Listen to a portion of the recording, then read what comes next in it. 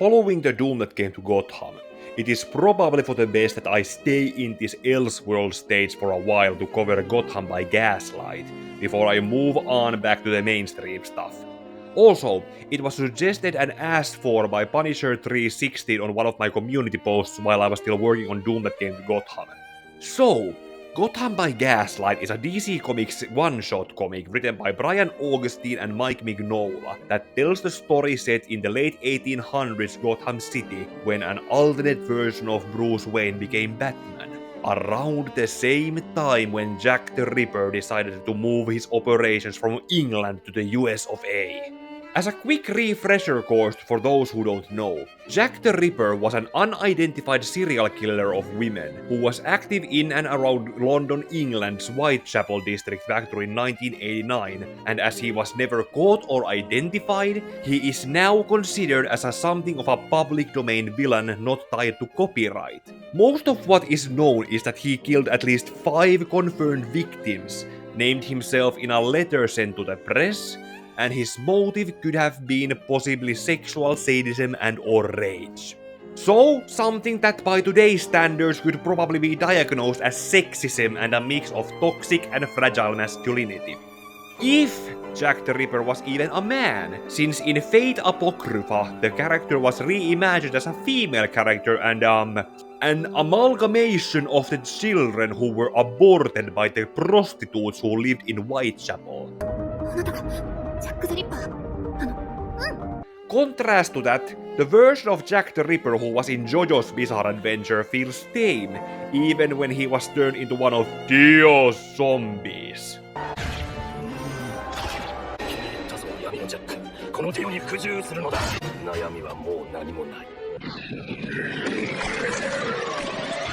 Anyway, this one-shot comic is about as long as The Killing Joke was, and when its animated adaptation came out, yep, it was in 2018, right before my amnesia on that year began, Sam Liu and James Creek in adapting it basically had a skeleton of a plot structure that needed more meat around its bones. And before we jump into the plot commentary, early special thanks to Robert Willing who invited me into his Pro Teacher Snoop series in going over Gotham by Gaslight, its sequel Master of the Future, and Countdown tie-in issue where Jason Todd, Donna Troy, and Kyle Rayner's Green Lantern visited that parallel Earth in the DC multiverse in looking for Ray Palmer. Our collaboration video should be out on Robert's channel by April 28th, and you can find the link to it down in the description so you can set your alerts reminding you about it.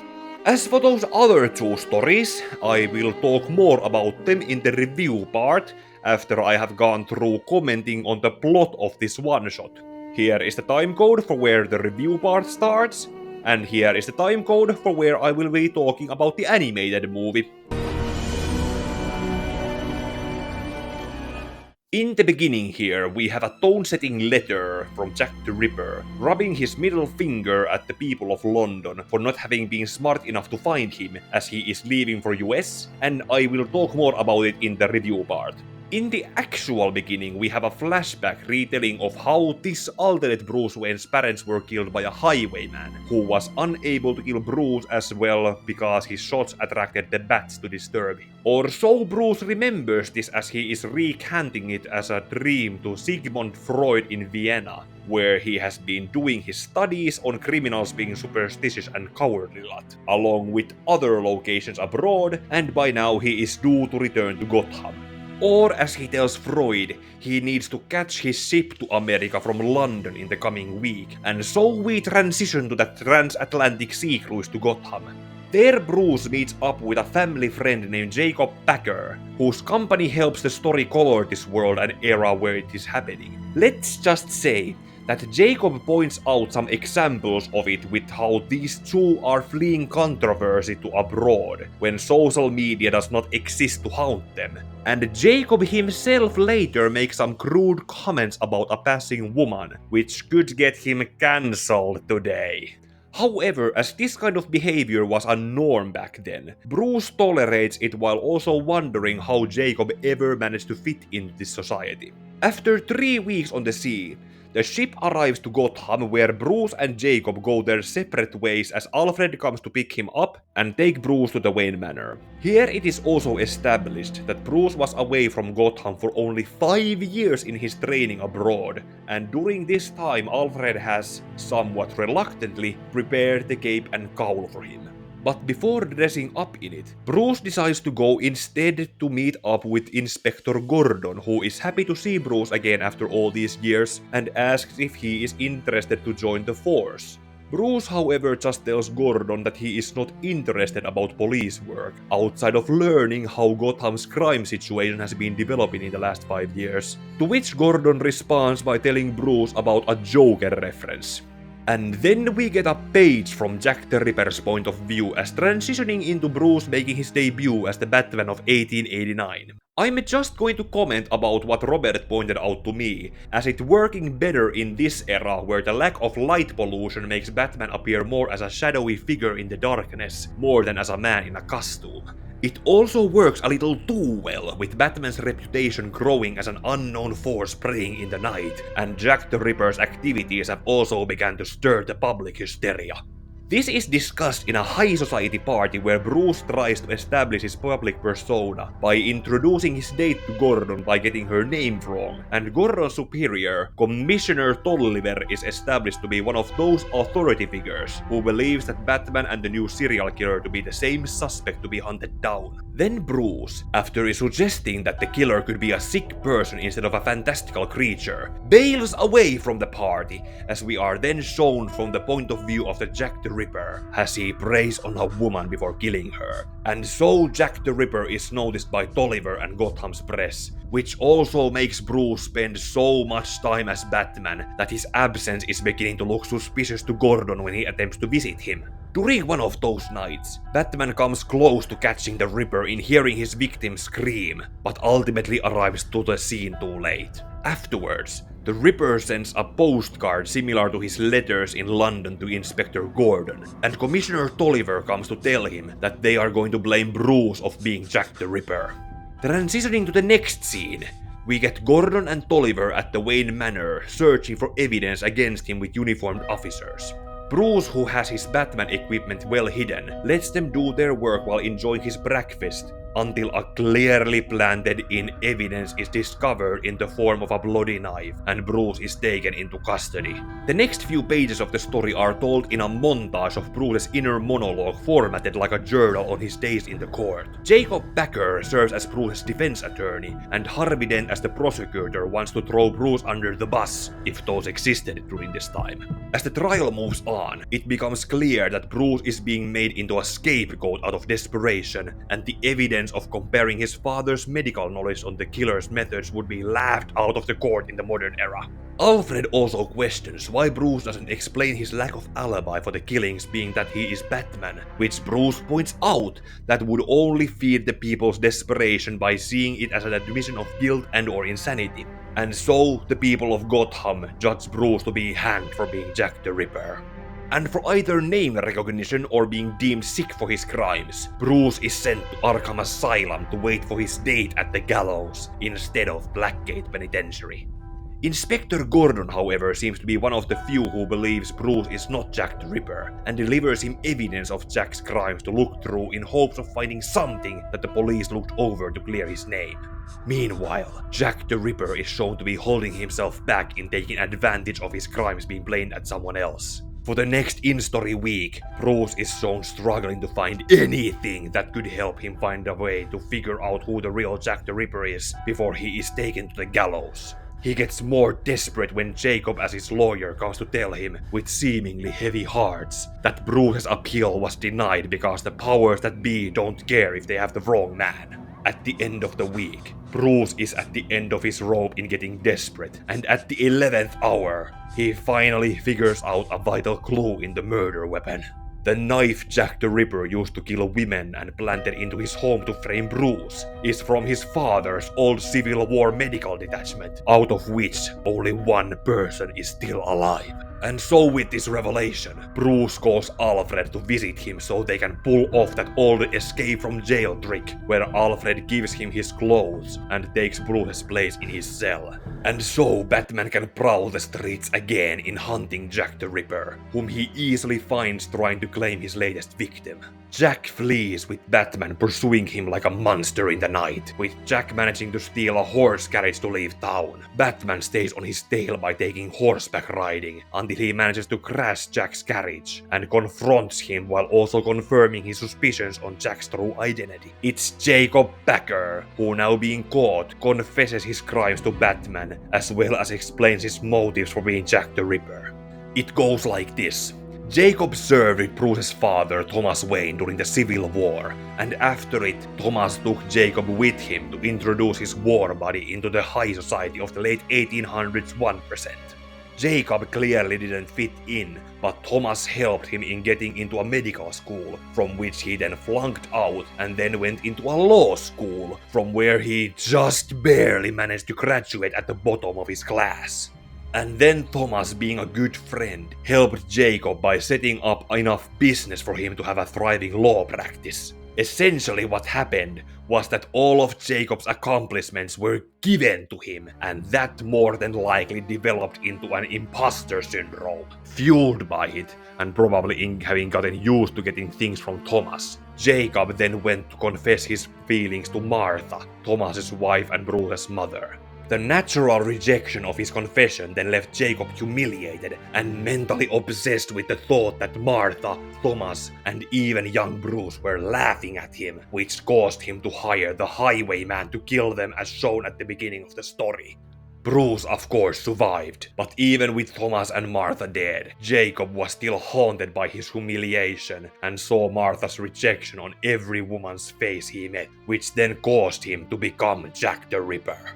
Jacob also confessed that he arranged Bruce to be framed for his crimes to get him from laughing at him, which is where Batman unmasks himself to Jacob to show that Bruce is not, nor was he ever laughing at him, and is clearly filled with tranquil rage in confronting the man who caused his parents' deaths.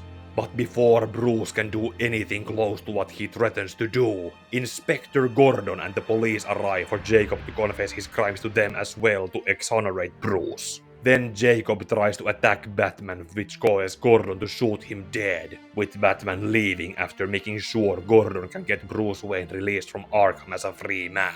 And here on the final panel of the story, we see Batman sitting on a gargoyle, as Gordon's narration approves Batman's presence as Gotham's own guardian angel. I am not going to sugarcoat this, but Gotham by Gaslight is not a very good story, and it's better to be seen as a story idea or as a concept. Most of that is probably due to the fact that it was DC's very first Elseworlds story, so when Brian Augustine got the idea for it, he probably just wrote the first version of it before sending the script for Mike Mignola to draw. In aesthetics, this is not a bad product, as Augustine did manage to get the world building for this version of 1889 done with the social norms, atmosphere of the era, and how Batman was more believably seen as a fantastical monster rather than a man in a costume. Mignola's art also provided some era-appropriate visuals, with David Hornung's coloring helping to elevate the tone of this Victorian era. Also, the fact that there are no actual Batman villains made Batman himself stand out more as Gotham's own urban legend. But as I said, this was more of a story idea or a concept rather than a fully realized story, where the identity of Jack the Ripper was revealed as the original character created for the story, and his motivations for killing women were dumped onto us at the end. And that end was pretty abrupt, with Bruce only being said to be released with his charges dropped, without Batman going back to change places with Alfred so he could keep his secret identity. Also, that letter at the beginning could not exist in the story, because at the end of it, Jack is bragging about moving to US to challenge Batman, who shouldn't even be a thing yet, as Bruce had not returned back home yet to become Batman. This kind of story structure is more than likely how and why Gotham by Gaslight is mostly just remembered as a story idea of a steampunk Batman. It could also be another reason why that video game adaptation was cancelled, besides the rights issue, and why the animated movie had to also adapt the story elements from the sequel story Master of the Future. Speaking of which, Master of the Future was a follow-up to Gotham by Gaslight, also written by Brian Augustine but drawn by Eduardo Barreto, set 3 years later in 1893 where Bruce has retired from being Batman. Supposedly he was still active for some time after catching Jacob Packer as Jack the Ripper, but having caught him as the orchestrator of his parents' deaths, Bruce pretty much lost the motivation for being Batman. Eventually he got it back when the American Discovery Exposition came to market Gotham as the city of the future, and an original villain based on the Cavalier demanded to take over it, or else he would burn Gotham to the ground with his steampunk airship. So after urging from the city itself and from his girlfriend Julie Madison, Bruce eventually took back his Batman mantle and fought Cavalier in broad daylight when he attacked the City of the Future Expo. Long story short, their fight ended with an "Oh, the humanity" moment, and if you want to hear the long version, you can go watch the video I did with Robert. And before moving on to the animated movie, I'm going to go over the Countdown tie-in, which was also written by Brian Augustine. Just like with the Superman Red Son, it had Jason Todd, Donna Troy, and Green Lantern Kyle Rayner looking for Ray Palmer from the DC multiverse with a monitor being their designated driver. Countdown to Final Crisis designated Gotham by Gaslight to be set on Earth 19, and the issue set in that world actually takes place before Superman Red Son's tie-in.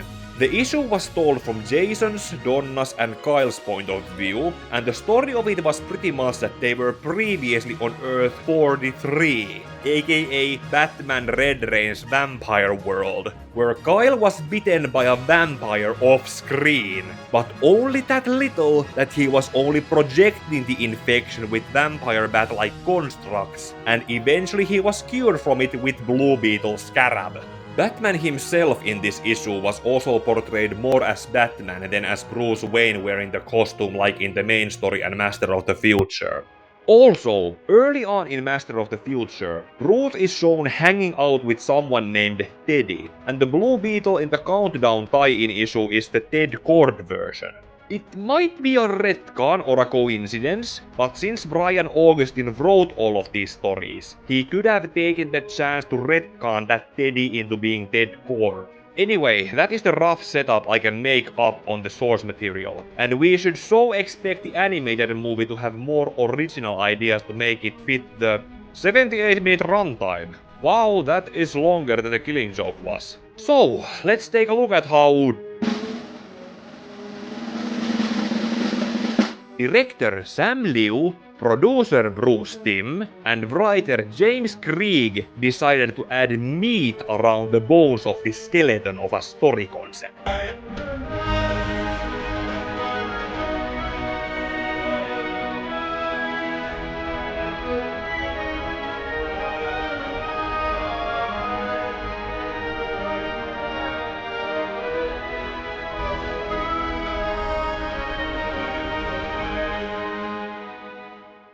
Okay, let's get this out of the way first. This animated movie added in some new characters that were not in the comic to extend it more into a feature length. So we now have 1889's versions of Selina Kyle, Poison Ivy, Hugo Strange, Leslie Tompkins, a mixture of Harvey Bullock and Chief O'Hara, Dick Grayson, Jason Todd, and Tim Drake added into this movie, seeing how the original comic only had Bruce, Alfred, Gordon, and just barely Harvey Dent in it. Also, outside of Bruce's date in the original comic, Jack's nameless victims, and Martha Wayne in a posthumous role, the story didn't have many female characters in it either, and even Julie Madison was only added into the Master of the Future. This movie also jumped ahead somewhat from where the comic began, with Batman having a more known reputation, and he is known to be a man in a costume instead of being believed to be a fantastical creature. This comes across most evidently in Batman's first scene, where he stops street urchin versions of Dick, Jason, and Tim from mugging a couple of civilians, and the boys barely show any fear of him. I would also like to compare the animation used in this movie to Mike Mignola's art and David Hornak's coloring, as here Batman is clearly a man in a costume and referred to in a later scenes as a vigilante, whereas the comic portrayed Batman better as a shadowy figure in the darkness, which helped create the illusion of him being a fantastical creature. That does not come across here, and among other comparisons I have to make in this adaptation, Batman is more of a Sherlock Holmes who wears a mask, and the Robins are later in the movie turned into Baker Street irregulars by Alfred, who is playing the role of Dr. Watson. I am not making this up, by the way, as both Bruce Timm and James Krieg have spoken about taking extra influencing inspirations into this animated movie from Sherlock Holmes, who is as much in the public domain as Jack the Ripper is, and that is why Gotham is also portrayed more as a copy of the Victorian London. Krieg has cited himself for having grown up as a Sherlock Holmes fan, in pointing out that there are about 15 books on Sherlock Holmes fighting Jack the Ripper, and noted the 1965 movie A Study in Terror as his favorite example. That is likely why the movie also has Catwoman playing the role of Irene Adler, and Commissioner Gordon, yeah, he is the commissioner here, and Tolliver is already the mayor like in Master of the Future. Gordon played a triple role of Inspector Lestrade, Professor Moriarty, as well as Jack the Ripper, and that cat is out the back now. Commissioner Gordon is Jack the Ripper in this movie instead of Jacob Packer, who only appears in a non-speaking role in doing that one thing he did in the original comic as Bruce's defense attorney. But anyway, with Jacob being demoted into an extra and Commissioner Gordon being made Jack the Ripper, that was done for a simple reason, because the movie needed to have a twist ending, and having Jacob Packer as Jack the Ripper would have been too obvious as he was an original character created for the comic. Personally, I think they could have kept Jacob as the Ripper and build onto his characterization and motivations throughout the movie while Batman was hunting for him, and shown it similarly as how the Light Bear's Al, Cat and Mouse hunt was done in Death Note, but I suppose that kind of storytelling would have been too hard to pull off. It was only 3 years later in 2021 when Amazon's Invincible series managed to pull that off in Western animation by revealing to the audience who the killer was in the first episode as the murders happened, and then went through the entire first season with that tension before the finale had it be revealed to the show's main cast. Think, Mark! I will hunt you down wherever you're hiding and I will eliminate you! I am justice! And before I talk more about this adaptational change, let's go over those other characters to provide more context on this story. Poison Ivy was just a plant-themed cabaret dancer and a practitioner of the world's oldest profession without any plant-based superpowers. If Pamela did have those, then she would not have been Jack the Ripper's first victim, and the Ripper would be her victim instead. Leslie Tompkins is reimagined as a nun, since women in the medical profession was likely not a thing back in 1889, and instead of being a cat burglar, Catwoman as Irene Adler is an actress, former lion tamer, and a women's rights activist. She is also built up to be something of a resourceful and strong female character in trying to stop Jack the Ripper with an idea of a plan to lure him into a trap. That even without Batman's interference, Selina could not have trapped the Ripper. Also, because this movie came out during Tom King's Batman run before the 50th issue with The Wedding, they are made to end up in a relationship similar to Sherlock Holmes and Irene Adler. Hugo Strange in this movie is actually somewhat more of a good guy, and as smart as his mainstream counterpart in probably being able to deduce that Bruce Wayne is Batman, and he also showed initiative to help Batman in figuring out who Jack the Ripper is. Whatever villainous tendencies he could have had as the head doctor of Arkham Asylum were products of the time he lived in, and they then ended up as the instrument of how Jack the Ripper kills him. And that death scene then leads to an action set piece with Batman chasing Jack the Ripper on an airship that must have been inspired by Batman's fight with Not Cavalier in Master of the Future. And that fast forwards us to when Bruce is eventually caught by the police in suspicions for being Jack the Ripper. For that, I actually need to go back to 2 or 3 other characters, especially Sister Leslie, Harvey Dent, and old hag Harley Quinn.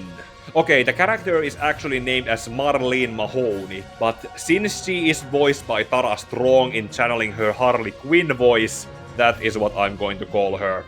Basically, Bruce and a more clean-shaven version of Harvey go to see a cabaret dance showing by Selina, whom Harvey is smitten by and wants to have an affair with to cheat on his wife. Selina, however, has more integrity to instead pay more attention to the clearly single Bruce, and with the feeling being mutual, he allows her to join them into a gentleman's club where they talk about their common interests and how Sister Leslie helped both of them when they became orphans at a young age.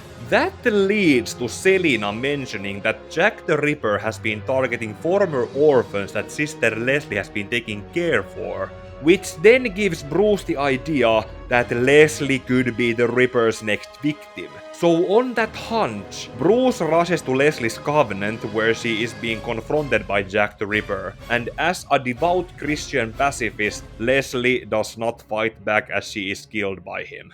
Bruce naturally arrives too late, while being seen getting into the Covenant by old hag Harley, who is given refuge there, but he manages to find a bloodied pin of that gentleman's club he was at. Fast forward to Leslie's funeral, where old hag Harley is trying to blackmail Bruce into paying her to shut up about having been at the Covenant on the night Leslie was killed. Which is a plot point I really need to criticize, as it implies that after discovering Leslie's body, Bruce left it to be discovered by someone else and snuck out, instead of reporting it and explaining his presence at the Covenant as I just did on a hunch. I could understand him being secretive if this was a no boys allowed type of Covenant, as that gentleman's club was a no girls allowed type.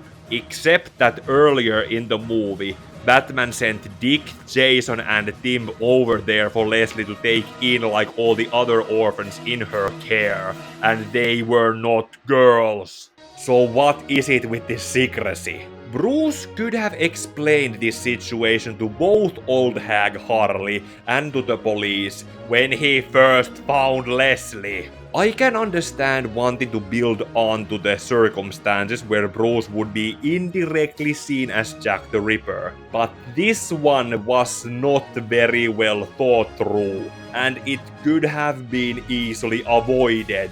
Anyway, when old hag Harley is found killed while Batman is fighting Jack the Ripper on the Arkham airship, Bruce doesn't have an alibi for her death, outside of being with Selina when she rescued him from the cops chasing him and learned that he is Batman, which probably does not count because she is a woman in 1889.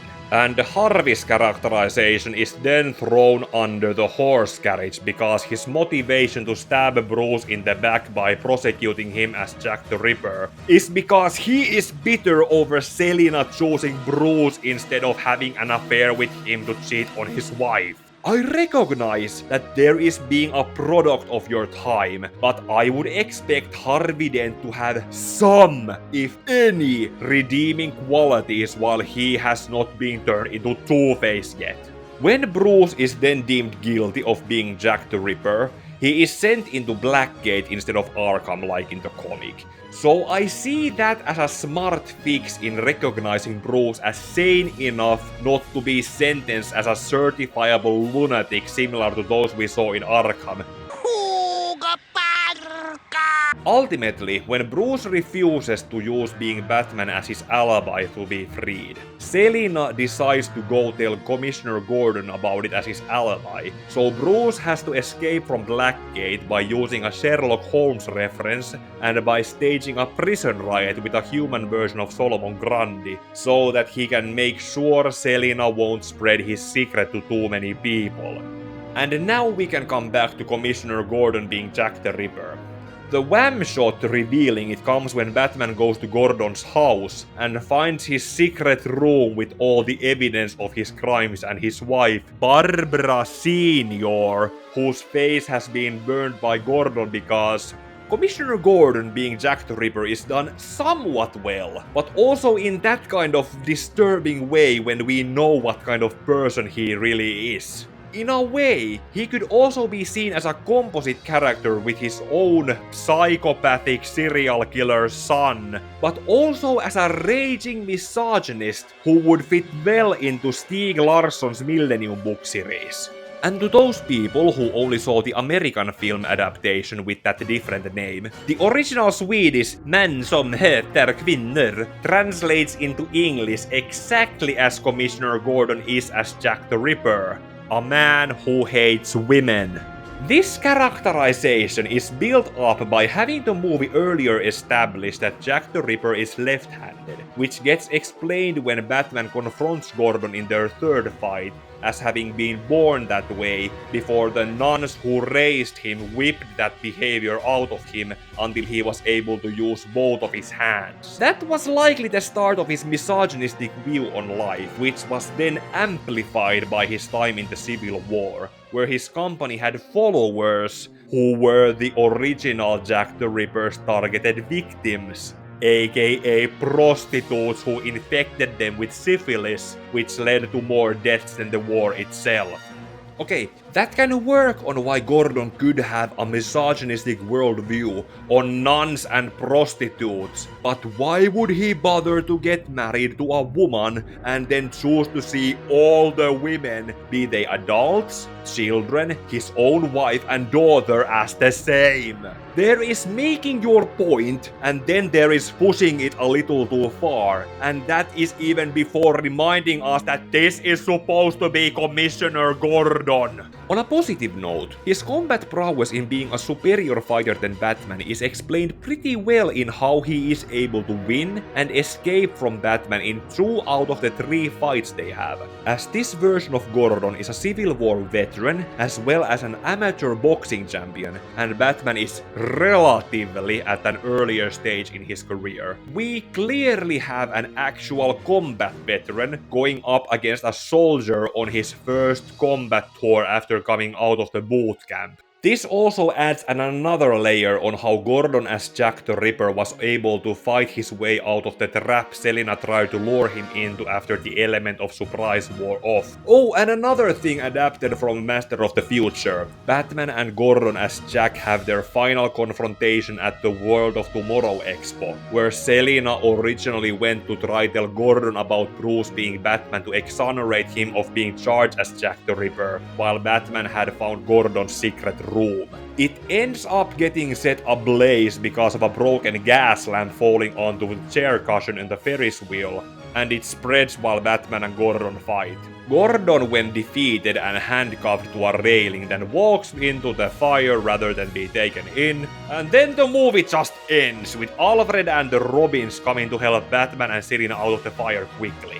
There is no cool time period after the climax fighting in resolving the fact that Bruce escaped from prison and his charges of being Jack the Ripper are not dropped with the revelation of it really being Gordon. In a worst case scenario, Bruce is still seen as an escaped murderer, and Batman is accused of murdering Commissioner Gordon like how he was after Hugo Strange was killed. Or if Batman was able to leave Barbara Senior restrained and managed to salvage Gordon's secret room, then Bullock/O'Hara can probably do some proper police work and get us a better ending off-screen. Seriously, the fact that this movie ends right after the climax fight between Batman and Gordon as the Ripper is one of the most frustrating aspects of this movie. And that is even without mentioning that this version of Jack the Ripper never operated in England. The fact that Can you tame wild women? Did not exist until 1918.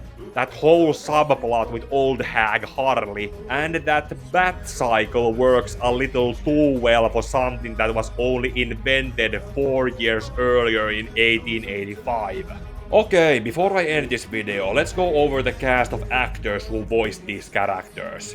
Batman was voiced by Bruce Greenwood in reprising his role from Under the Red Hood movie and Young Justice cartoon, in coming across a little older than this year 2 Victorian Batman would have been expected to be. I need your files on the Ripper. Detailed descriptions of the crime scene, photo plates, even profiles from your alienist. Jennifer Carpenter as Selina, on the other hand, was doing a remarkable job in sounding like she was channeling Julie Newmar from 1966 Batman show, and I barely recognized her voice to what I had heard in all 8 seasons she was in Dexter. Women are being gutted in the streets like wild game, and the Gotham police stand twiddling their thumbs.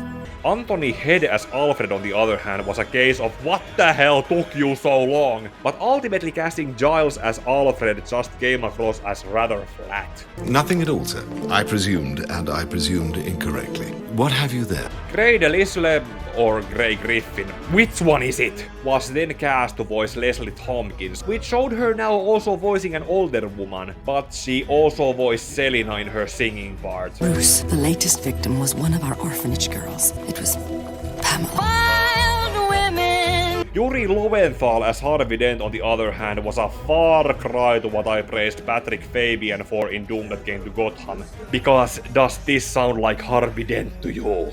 Better sheathe those claws, kid. Someone is liable to get hurt. And sooner or later, you will. William Salyers then voiced Hugo Strange and was somewhat good for what little he was in this movie. And I give you my guarantee as a physician and surgeon, you will live. Oh yeah, and try telling me that this old hag voiced by Tara Strong does not sound like Harley Quinn. Oh, sister, you gave me a fright. I'm sorry, sister, but I was having trouble sleeping. I forget things all the time for the right price. You'll be afraid, all right, Mr. High and Mighty Bruce Wayne. Get your hands off me. I'm not the one you should be talking to, am I, Mr. Bruce Wayne? And in the last role that matters, Commissioner Gordon as Jack the Ripper was voiced by Scott Patterson, and in this case, with this version of this character, he pulled that role off pretty well with a Victorian accent. We have witnesses who saw the Batman at the time of the Isley murder. There'll be no lynch mob on my watch. Do you understand? We catch him, and if he's guilty, he hangs. But I want him alive. No, Miss Kyle, I understand completely. It's in your very nature to play false with your illicit lover. Left-handed. Oh, the nuns beat that wickedness out of me. Always use my right, except for Jack's work. And so far, I think I have said everything I would need to say about this adaptation. It tried to be different from its source material by extending it with some outside influencing inspirations, and it really shows. The next comparison review, on the other hand, should be more interesting to go over, seeing how Superman vs the Elite is actually written by the same person who wrote Action Comics issue 775, aka Joe Kelly. So, while you wait for that video, remember to like this one, comment whatever you have to say about Gotham by Gaslight source material and this adaptation, share the video for more people to see, and subscribe for the other videos I have coming in the future. Also, ding the bell for a chance to chat with me when I do gameplay streams, like my current first time playthrough on The Last of Us Part 2, and may your heart be your guiding key.